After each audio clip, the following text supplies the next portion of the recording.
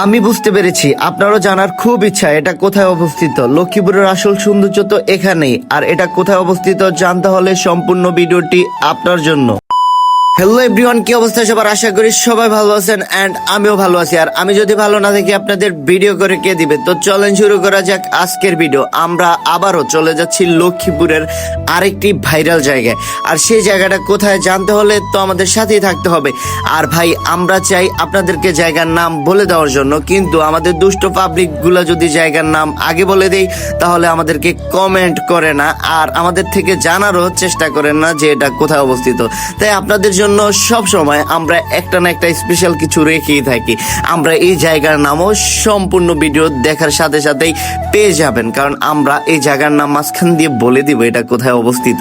আমরা দেখতে দেখতে চলে আসলাম ভাইরাল সেই জায়গায়, আর এখানে আসার পরে আমার মনে হচ্ছে যে আপনারও একবার এখানে আসা উচিত, কারণ এখানের আসল সৌন্দর্য দেখার পরে আমার মনে হচ্ছে যে আমি যদি এখানে না আসতাম তাহলে মনে হয় পৃথিবীর অনেক কিছু আমি মিস করে ফেলতাম। যাই হোক, আপনারাও আমি মনে করি এখানে একবার হলো আসা উচিত। কারণ কি জানেন, এখানে দেখেন সৌন্দর্য বলতে অনেক কিছু রয়েছে যা বলার বাইরে। আমি এগুলা বিস্তারিত বলে শেষ করতে পারবো না। যাই হোক, আমি যেগুলা দেখানোর চেষ্টা করতেছি আপনারা দেখেন, আর আপনারা যদি সরাসরি না আসেন ভাই আমি বলবো অনেক কিছু মিস করে ফেলছেন।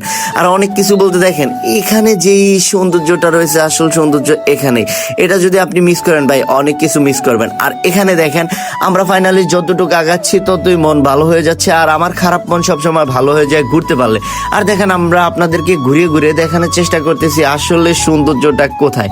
আর দেখেন এখানে কিন্তু স্টেডিয়ামের মতো বড় একটি মাঠ রয়েছে, আপনারা চাইলে এখানে আইসে খেলাধুলো করতে পারেন। যাই হোক, অন্য কিছু খেলার কথা ভাইবেন না, আমি ফুটবল খেলার কথা বলছি। আর অন্য কিছু খেলার জন্য এখানে রয়েছে মারাত্মক লেভেলের চিপাচাপা জায়গা। যাই হোক, আমরা ভিডিওতে সেগুলা না বলি। এখানে সৌন্দর্য দেখতে হলে আপনাকে আসতে হবে বিকালে বা সন্ধ্যায়, কারণ বিকালে আর সন্ধ্যায় এখানে জমজমাট থাকে। আর আপনি চাইলে সকালেও আসতে পারেন নিরিবিলি সময় কাটানোর জন্য, তবে আমি মনে করি আপনার জন্য বেস্ট হবে বিকাল।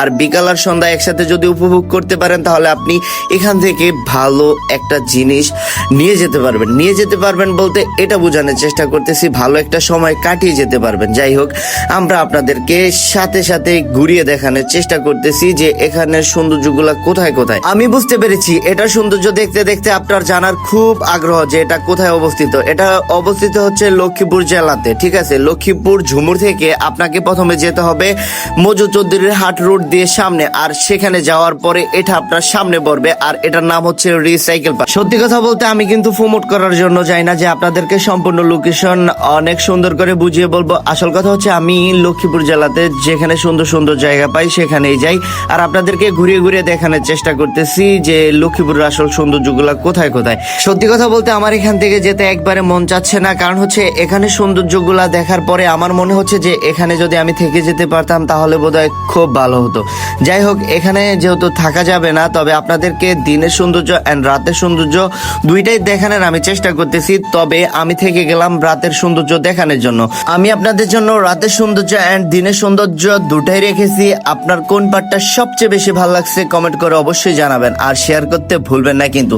যাই হোক, রাতের সৌন্দর্যটা দেখার পরে আমার বিশ্বাস করেন ভাই এত পরিমাণ ভালো লাগছে, আমার মনে হচ্ছে যে আমি রাতে থাকতে পেরে নিজের কাছে এত পরিমাণ ভালো লাগছে যে বলার বাহিরে। যাই হোক, আমার কাছে যতটা অসম্ভব সুন্দর লাগতেছে আপনার কাছে লাগতেছে কিনা আমি জানি না, তবে আপনি যদি আমার মতো ভ্রমণ প্রেমী হন তাহলে আপনার কাছে সত্যি রাতের সৌন্দর্যটাও অসাধারণ লাগবে অ্যান্ড ভালো লাগবে। আমি বলবো ভাই আপনাকে এগুলা ঘুরিয়ে ঘুরিয়ে দেখানোর পরও যদি আপনার এই জায়গাগুলা ভালো না লাগে আমি বলবো আপনার রুচিতে দুর্ভিক্ষ লাগছে। আর যাই হোক ভাই, সব জায়গায় সুন্দর হয় যদি আপনি মনের চোখ দিয়ে দেখেন, তবে কিছু জায়গায় স্পেশাল হয়। এরকম এই জায়গাটা অনেক স্পেশাল লক্ষ্মীপুর জেলার ভিতরে। আপনি যদি ভাই লক্ষ্মীপুরে থাকেন এখানে না আসেন তাহলে আমি মনে করবো ভাই আপনি দুনিয়ার অনেক কিছু মিস করে ফেলছেন।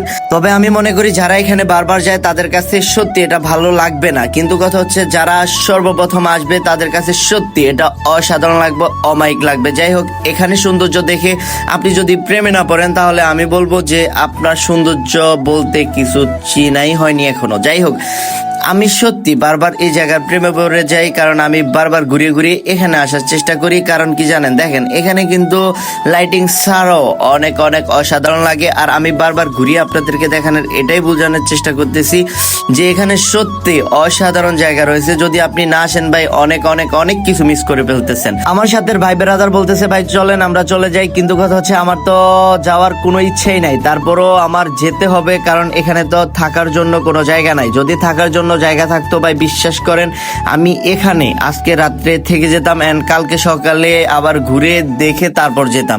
যাই হোক, এখানে থাকার জন্য যেহেতু অপশন নাই, তাই আমাদেরকে চলে যেতে হবে। তবে সত্যি সবচেয়ে বেশি খারাপ লাগতেছে যে আমরা চলে যাচ্ছি, তবে এই সৌন্দর্যটা আমি সত্যি প্রতিদিন মিস করব। কারণ এরকম সৌন্দর্য বলতে লক্ষ্মীপুর জেলাতে যে আছে এরকম কোনো জায়গায় দেখতে পাচ্তেছি না।